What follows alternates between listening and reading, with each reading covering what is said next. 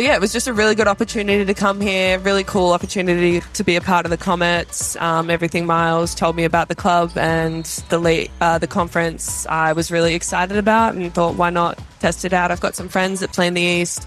They have nothing but great things to say about it. So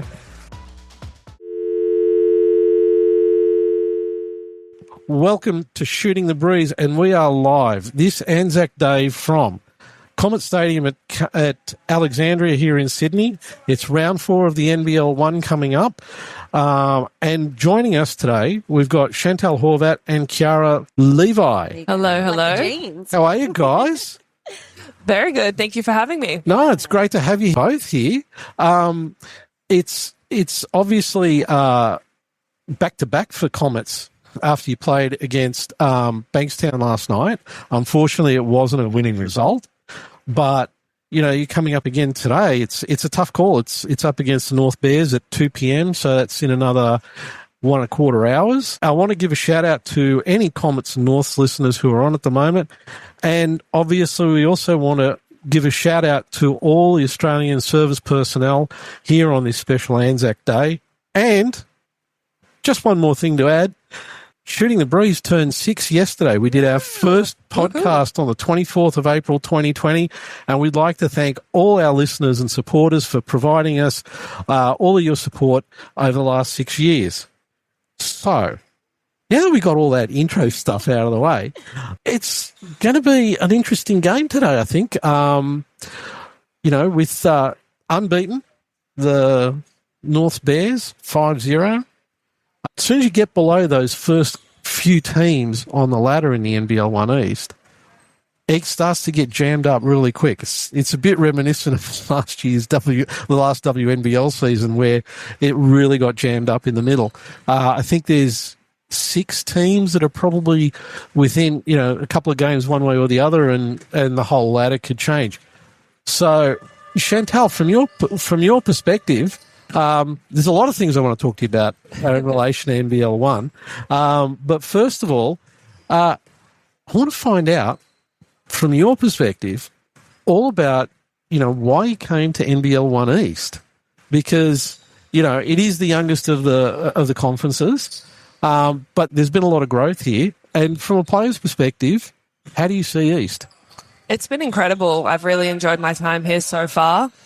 Besides the finger injury, that was the only hiccup. But prior to that, I was so happy about the move. And look, in all honesty, it was a real mixed bag of reasons why I came up here. Miles was obviously my coach with the Townsville Fire. Yep. So we were chatting early about it. I've always wanted to live in Sydney. I have family up here that I really wanted to spend some extra time with. And one of my close friends from college, we were roommates. She's from New York and she's here for 1 year as well, working over here. So awesome. I was like, you know what? It's a good time. I said I wanted to do Sydney at some point. And when I was a little girl, I wanted to live in like every capital city in Australia and play for every WNBL team. Now that I'm a little older, I realize how hard that actually is to do and probably not going to happen, especially now that it's all around the world that we can play. So yeah, it was just a really good opportunity to come here, really cool opportunity to be a part of the Comets. Everything Miles told me about the club and the conference I was really excited about and thought, why not test it out? I've got some friends that play in the East. They have nothing but great things to say about it. So they were also in my ear trying to get me up here. And like I said, it was the best decision. I've had a great time, minus the last 2 weeks with this finger, but that's okay. We're on the mend and we'll be back to love and life up here very soon. Awesome. So you've come up to Sydney. I'm really curious, what do you find is the best part of Sydney? Or at least so far. I really love that you get a bit of everything. You can go to the beach, you can be in the city in 15 minutes. We were finding when we first came up here that we were just doing so much with our day. I would go to the gym in the morning and then go and shoot, and then we'd hit the beach for a couple hours, go home, make food. Then I'd be at team training later that night, and we were just fitting so much into our days because where we were situated and living, it was really easy to get everywhere. So I really enjoyed that. I love adventuring, exploring. So that's been fun, sort of finding little nooks of Sydney that I really enjoy being in. But yeah, no, it's been awesome.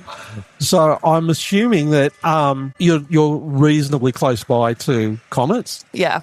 Okay, well, you've kind of hit this whole area, which is kind of a foodie area. Yeah. We've eaten very well. We've been eating very well. So I've got to ask, have you had a chance to try Messina? Yes, I have. Yeah. But there are Messinas in Melbourne. So Melbourne was the first time I tried Messina. Then there was one in Canberra. So we'd frequent that when I was playing there. But no, I haven't been to the one in Sydney, but I'm sure it's great. Yeah, well, it's not far from here, and the factory's not far from here either. Oh, okay. It's like 10 minutes away, Rosebery. Oh. Yeah. It's a whole store. Oh, wow. Yep. And we also got a distillery. Oh, okay. Yeah, close. Again, it's close to very close. Yeah. Archie Rose for gin and whiskey. Oh, okay. So I don't know if I'll be frequenting that too often, being the good little athlete that I am. There's a really good French bakery in the same place too. Oh, okay, cool. Yeah. Frenchies. It's literally called, Frenchies. Yeah, bakery. Frenchies. I live close by, so I know it. I love croissants, so I might have to try the croissants. Yeah, their stuff's really good. So, it's good. You're enjoying Sydney. You're getting out and about. I'm kind of curious also to find out, from you, how you found the last WNBL season. I mean, obviously you walked away with a chip and you came through with what is arguably the clutch play. I would argue that Mila came through with that clutch play. Okay. Yeah, fair call. But, you had a bit to do with it. I'm really curious. How did you guys feel, first of all, when you got the ball and then when Mila drilled it? Oh, it was just... Gosh, you can't even describe the feeling. Also, in the moment, you're just so locked in on what you have to do. You're not even thinking about anything. You're not letting any kind of emotions get in the way. But I know when that shot went through the hoop and we were going into overtime, I just thought, we're not losing this game. And I just, in my head, I was like, I need to do everything that I can do to help us, in my capacity to win this game, because that was like a play from the basketball gods, and we need to reward them with a win and a championship. So it was incredibly special, and it makes it even sweeter, like having a game like that. No one wants to win a championship on a blowout. So Perth are an incredible team. We're an incredible team. So it was just awesome going head to head with them and having a real nail biter of a grand final. There was, I think, 41 lead changes in the game. Yeah, which I think is record-breaking for a WNBL final. So it really was a spectacle, and just to finish it off like that was incredible. And, man, Mila, she's incredible. She's incredible. But as soon as it left her hands, I knew it was going in, and just had that belief that she's knocking this down. Yeah, look, we were watching on TV, and sometimes you just know. Yeah. As soon as it leaves the hands, you just know that there's no way that one's going to miss. And you could tell that was all the way through. Yeah. It was the end to a really great season. I think this past WNBL season has been one of the best we've had for a long time. Certainly one of the tightest. It could have gone any way for a lot of the teams. How did you guys? I mean, you're up at the pointy end for most of it, but it kind of bounced around. How do you guys as a team ride those ups and downs? Yeah. We just tried to stay steady. You set goals and values and things that we want to be known by as a team early in preseason. So no matter what happens, wins or losses, we can look back and go, hey, did we play harder than the other team? Did we lock into the scout? Did we do X, Y, and Z that is true to the character of our team? And I think that anchors us throughout the highs and lows. And it's a process. Seasons are long. There's a lot to learn along the way. And there was a lot that was anchoring us to the character of our team that kept us steady even through the injuries and ups and downs, because we weren't without them. I mean, I was out for 6 weeks with the broken hand. Woody was out for, I think, 3 weeks with the hamstring, and we lost Lauren Cox to the knee injury, on New Year's Eve, I think it was. So it really was a season that had everything, highs, lows, in-betweens. But, yeah, we just had this chemistry from the start that you couldn't break, which was incredible. And yeah, so it was just made it so sweet to finish with a ring. Yeah, I'm sure it did, and I'm sure there were maybe a few sore heads the next morning. I will not reveal. You're a real one.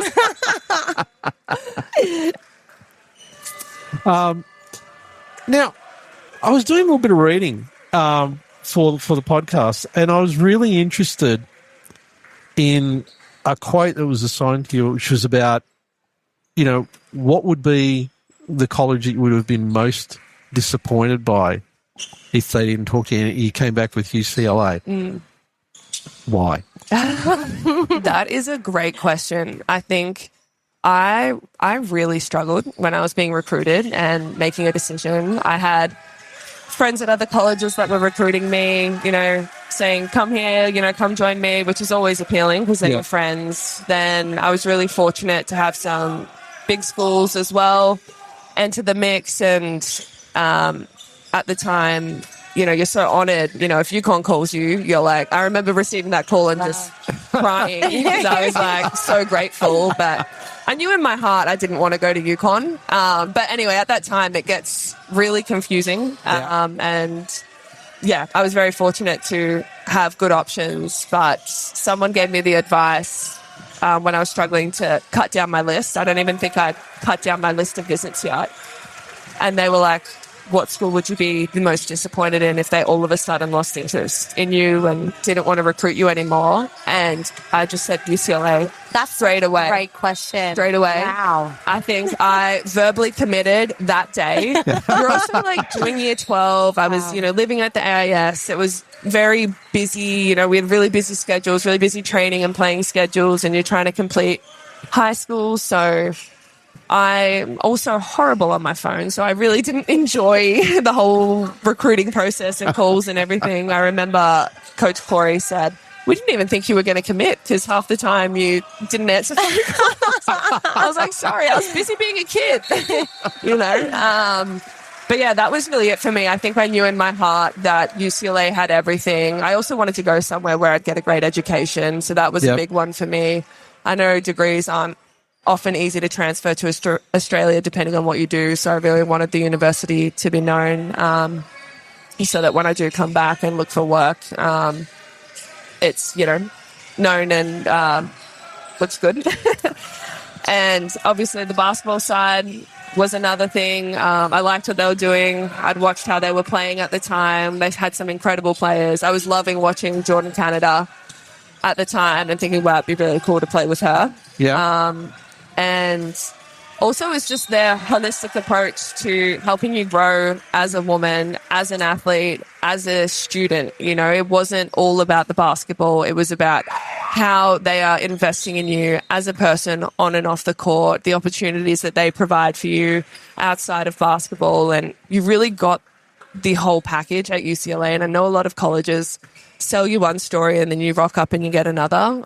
At the time, I didn't know if that was going to be the case for me, but I got there and it was absolutely the case. Everything that they had promised that they would do, they did and they delivered, and they really do care about you as a person first, basketball a second. So it was just an incredible experience. I mean, I spent 5 years there, know.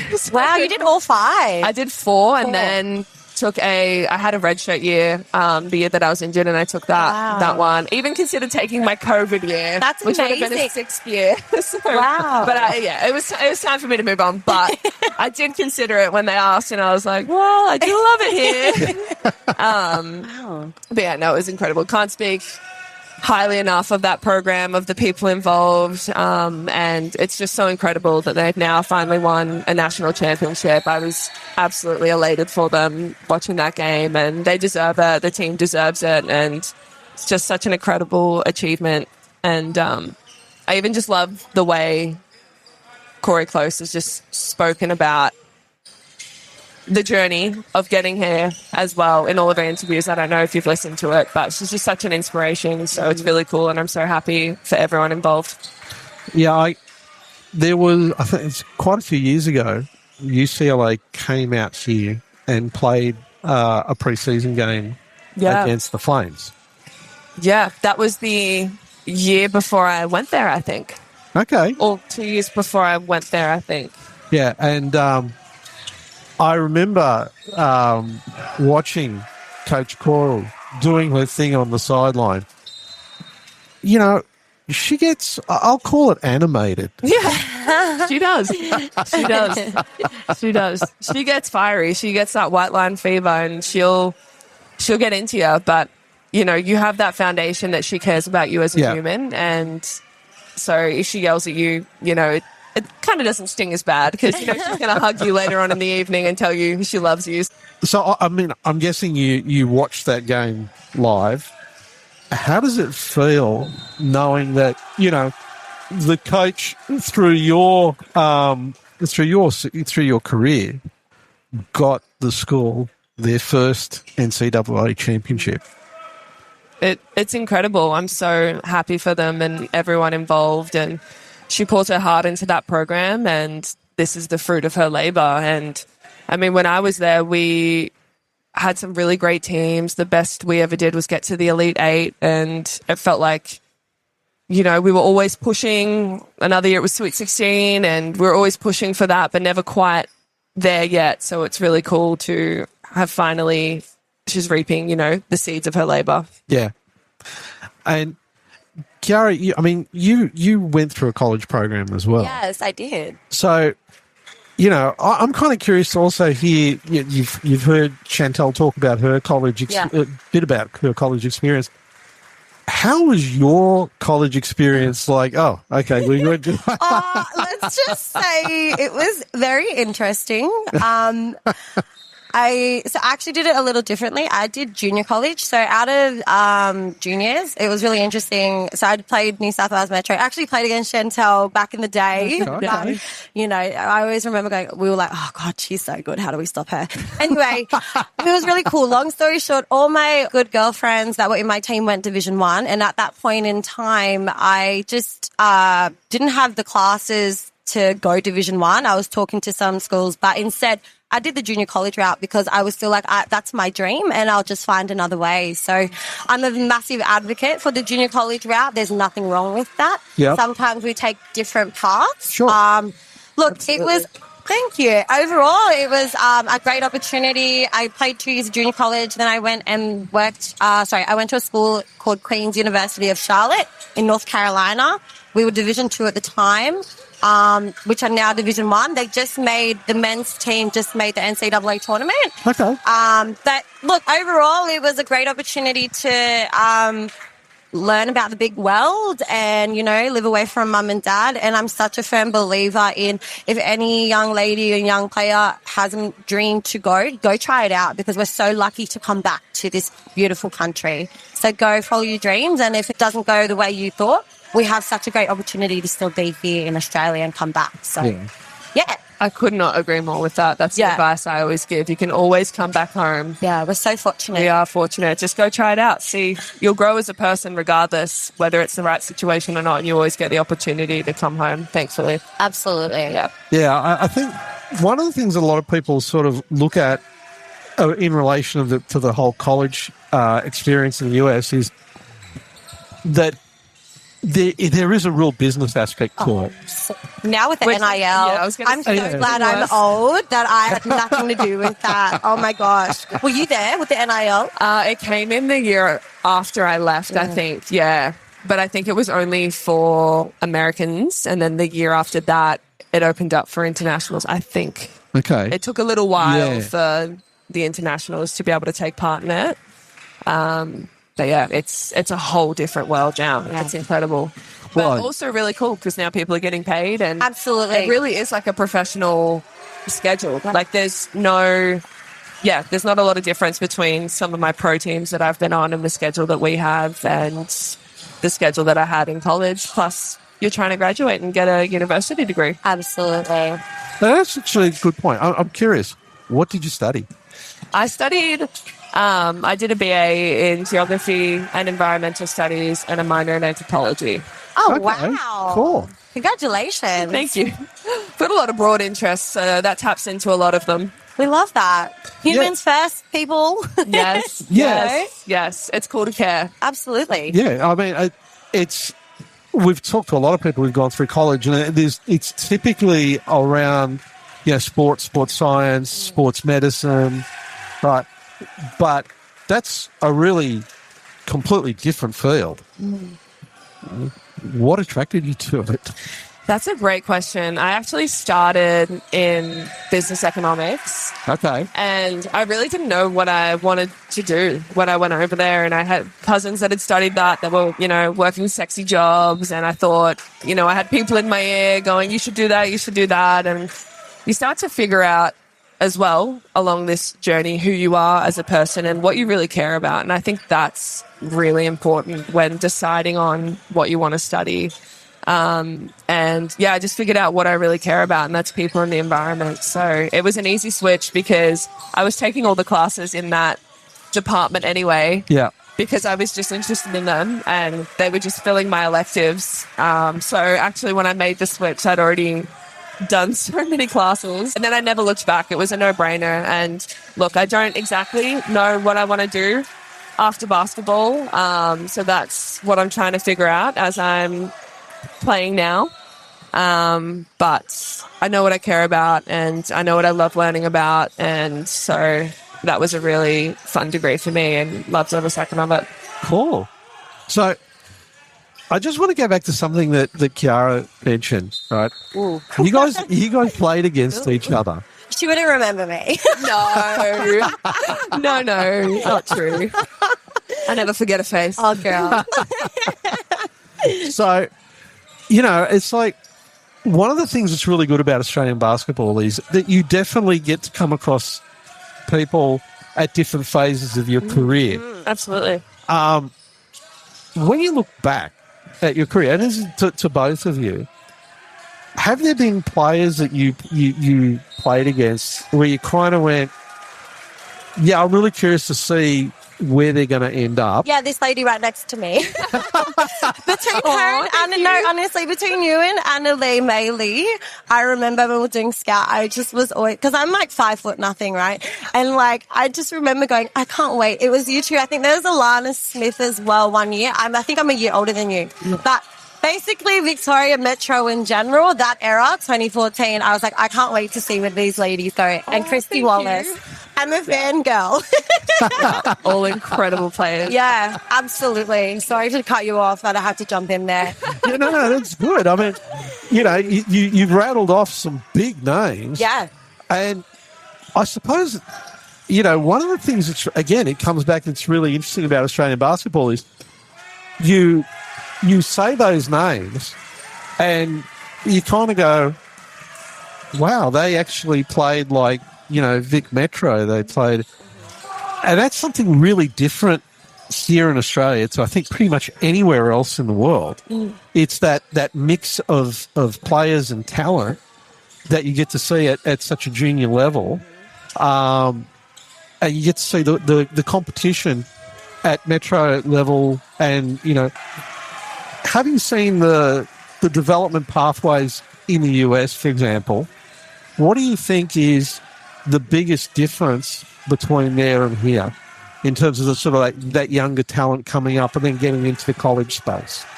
Yeah, we have incredible pathways for junior athletes that look different. There's a lot of different pathways that you can take, which is really awesome. And I would say, I think the biggest difference is we start to play against women from a younger age. Yeah. Yeah. And I think that really prepares you well for going to college. I know when I was a junior, we didn't have NBL1. I think NBL1's actually even better for pathways because there's so many teams, there's different conferences. So if you're not quite there yet to make like a C-ball team, back when it was C-ball, at least you've got a lot more opportunity now with the way NBL1 is set up. But yeah, when I was growing up, it was C-ball. So I started playing C-ball when I was 14. Wow. And I was like, holy smokes, I am so little. And these women are so strong and scary. Oh my gosh. But it was incredible for me. I just had so much growth and it's put me in a really good position. Then when I went to the AIS at 15, I'd already had a year of playing against people that were older than me, and really the training is where you get the most benefit, because as a young player you're not playing a lot on court, and I was really fortunate to be a part of the Geelong Supercats, who were very strong and had some incredible players back then, so that was really good for my development. And then continuing to play C-ball when I was at the AIS was also great, along with, you know, the junior Vic Country pathways and MPP and all that. As well, put me in a really good position when I first came to college. I mean, some of the girls hadn't even lifted in a gym when I got there. So there were a lot of things that really benefited me from growing up and playing here in Australia when I got over there. Okay. So I want to touch on something you just mentioned. Who was, when you're playing C-ball, right, and this is to both of you, your junior careers, who was the scariest person you had to match up against? That I had to match up against? Yeah. That's a great question. Gosh, I can tell you some scary ones now from this past season, but from when I was a junior, I just remember getting beaten up at training by this one player in particular, Candace Rogers. She was just so strong. She was our 4, and just her in particular, I remember going up against, and it was great for me. It helped me develop so much, and she was an incredible player. So that's the scariest matchup. Now, that would be a tough one to remember from those games. Okay, so who's been your scariest matchup? Just full stop, across the board. Full stop? Or that's a tough one. Well, the one that came to mind first was Hanzu. Hanju? Yeah. Obviously from this past season, just massive height difference. So when we were in foul trouble and I was in playing the 5 and trying to get her out the key, that was tough. I mean, I'm really fortunate to have been able to match up against some incredible players here in the WNBL and overseas in college. I mean, on my team at UCLA, I had Jordan Canada, Monique Billings, Michaela Onyenwere, Kennedy Burke. Wow. Played with some really incredible players there. Then, I mean, we were playing against Oregon all the time. So you've got Sabrina and Satu Sabali. Yeah. Wow, what an era. Yeah, when I was overseas, my first year, it was like Alicia Clark was a tough matchup, and Shakira Austin, Azare Stevens, you know, a lot of WNBA players you come across over there. So, I mean, yeah, I couldn't tell you who the scariest matchup has been. Oh, actually, there was one game when we played, all these names are now popping into my head. Tiara McCowan, I just remember that was a crazy game. Both our 5s were in foul trouble, and I was playing the 3-4 on this team, and then all of a sudden I'm in the 5 guarding Tiara McCowan, and my head is at her armpit. So, you know, you just do what you can in those situations to be annoying and find a way. You got to find a way. So yeah, I mean, it's been cool. That's the really cool thing about basketball, is it, you know, it takes you all around the world. You get to match up against incredible people. I mean, even training camp, Necker, you know, having to guard Necker.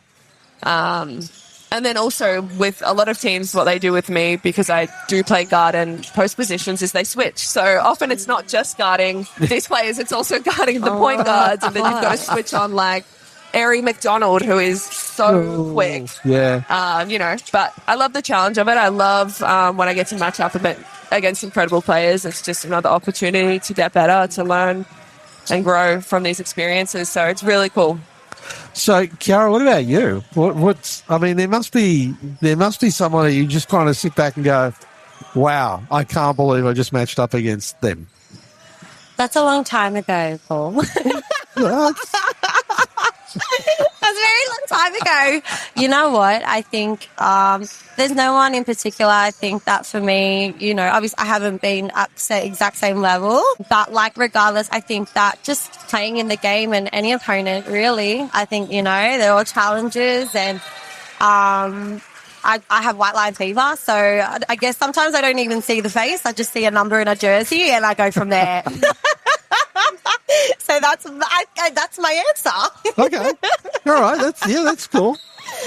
I feel like I completely forgot to shout out all the incredible Aussies that I've matched up against without going international players. But like, we have such incredible homegrown talent that obviously I've matched up with since I was a junior. So I have to give them a shout out as well. Yeah, and I suppose that's one of the things about Australia. We just have such a huge depth of talent. Definitely. Yeah. I don't think a lot of people realise exactly how much talent we've got, and that's coming up through the ranks as well. You know, for a country of our size, the way we rank internationally is pretty spectacular. Yeah, Absolutely. And I'm kind of, you know, I wanted to find out something. How did it feel the first time you pulled on the Australian jersey at Opal's level? Oh, it was incredible. Yeah, I'd worn it before at the junior level. But there's nothing that prepares you for the feeling of putting it on at the senior level. And it really came to me at a time where I wasn't expecting it. I wasn't expecting the call up from Sandy when I was overseas to say that I was in the squad and that, you know, and then made the team. So it was incredible. And it was so cool to be able to play here in Sydney. My family came up. I had friends and family in the stands, and it was just so special. So yeah, I received that jersey and just instant waterworks. You know, you work so hard for so long, and sometimes they say burn your goals because, yeah, I mean, you know, there's all these things that people say because the journey always looks different, and, you know, focus on the journey. But then when you are rewarded with these, well, not rewarded, but given this opportunity. It's a reward for hard work. Definitely. Yeah. Absolutely. That was, you know, a goal when you're a little girl. It is so special. So it was an incredible experience. Congratulations. That's phenomenal, honestly. It's so cool. Thank you. Yeah, Hopefully would love to do it again. look, you know, over the years we've met a lot of people who've pulled on that green and gold jersey, and I think one of the things that I've always found really interesting and common to everybody is, and I mean it's common to a lot of athletes, but there's this other level to this quiet confidence that you have to be able to sort of play at that level, and also there's this ability. You see it when the game's being played. You just the switch goes off in your head, and you just step up to this whole other level. You see it happen, and you see it happen more often at the Opal level. And I wonder, you know, how you found that whole thing with the Opal's values, right? How does that feel, and how does that help you kind of take that to the floor when you're playing as an Opal? Yeah, I think it's pretty clear when you come in what the values are, and that, you know, you've been selected to be a part of this team. You must adhere to them and do your best to play like yourself within that and within the role you're given as well. I'm so sorry, I've forgotten the question. What is? Story of my life. Yeah, literally. It's all about me every time I'm on a podcast. Story of my life. It's all about, you know, the Opal's values, you know, and translating that into on-court performance. Yeah.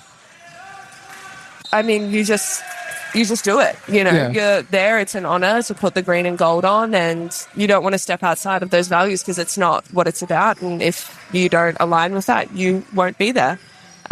So yeah, you try your best to give everything that you can while you've got that jersey on, and play your basketball at the same time as doing whatever the team needs of you, because your role will look different when you're on the Opals compared to when, you know, you're playing for the Comets or when you're playing for your WNBL team, and your role changes with every team that you're on. So it's always just trying to do your best and represent the Opals as best as you can.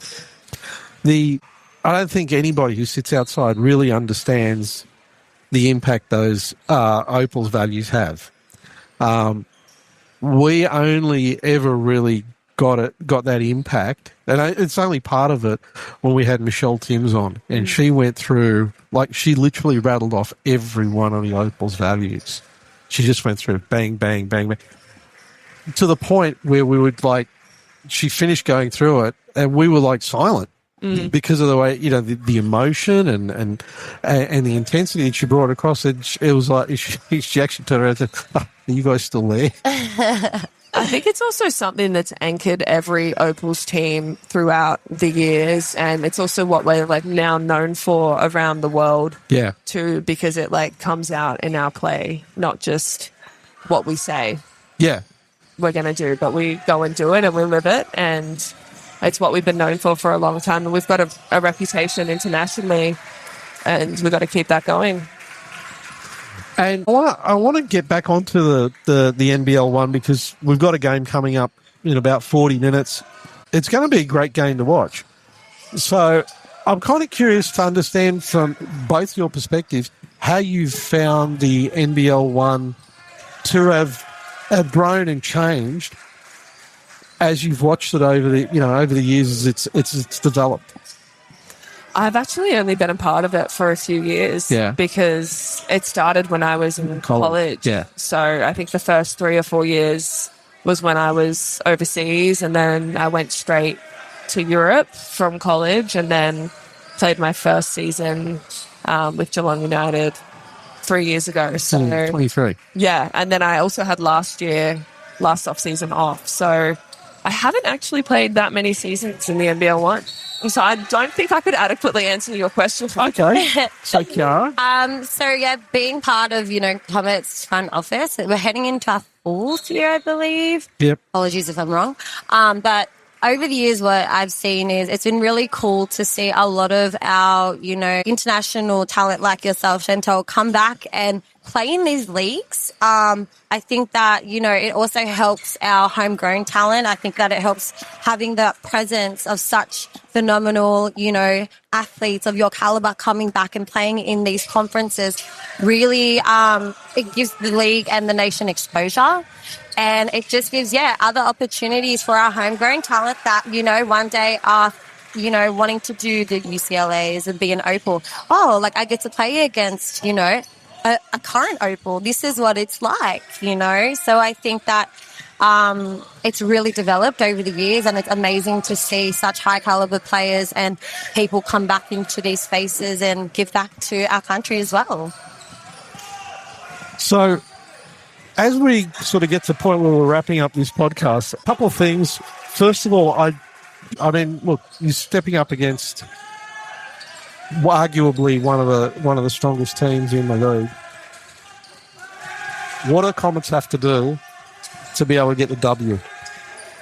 You know what? If you watched last night's game, I was so proud of the girls. I think that was our best 4 quarters of basketball that we've put together. Obviously, we didn't get the win, but we really showed the team that we're growing into, and we've had pieces come in late. I came in late. Miles came in late. So we're still trying to figure out that team chemistry and how we can work together on the court. But I just love how hard we played, and I think we've got to bring that today.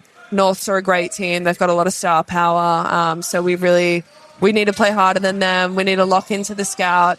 We need to stop their shooters, rebound the ball. That's been a major emphasis for us, and just be aggressive on offense and confident. Let the game last night give us confidence, and yeah. Ceara?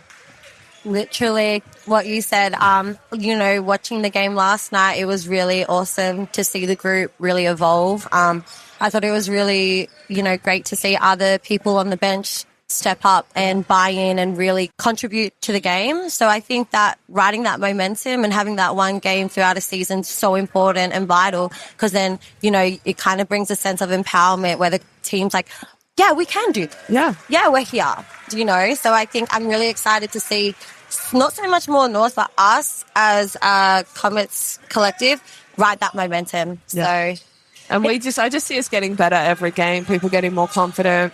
So it's really cool to watch, and I'm just itching to get back out there with the girls. So it's going to be a great game today, but I have full faith in them, and I'm really excited for it. It's been a big weekend of games, and it's going to be a good one today. Great. And I mean, I've got to give a shout out to a few of our previous pod guests that are on Norths Bears. Izzy Morgan, Jazz Shelley, obviously, Coach Renee Garlip. And got to remind everybody, you can catch the game broadcast on the NBL1 app. They do a great job. Yeah, and I'm really kind of interested to see how, as I said, friend of the podcast, M. Simons, who's playing on the team, is going to step up, because I was looking at some of her stats. She was also doing some good stuff for someone who really, has kind of stepped back from that frontline career as well. Yeah. Guys, thanks so much for your time. It's been great. Looking forward to the tip-off, not too far from now. And, thanks so much for joining us on this live Shooting the Breeze. Thank you so much for having us. Yeah, happy birthday to the pod. Great. Thanks so much, guys. Thanks. Bye. Bye. Make sure to subscribe wherever you get your podcasts so you get our latest pod. And we really appreciate if we could get a like and a review so we can extend the reach to more listeners. And don't forget, follow us on Instagram, Twitter and LinkedIn.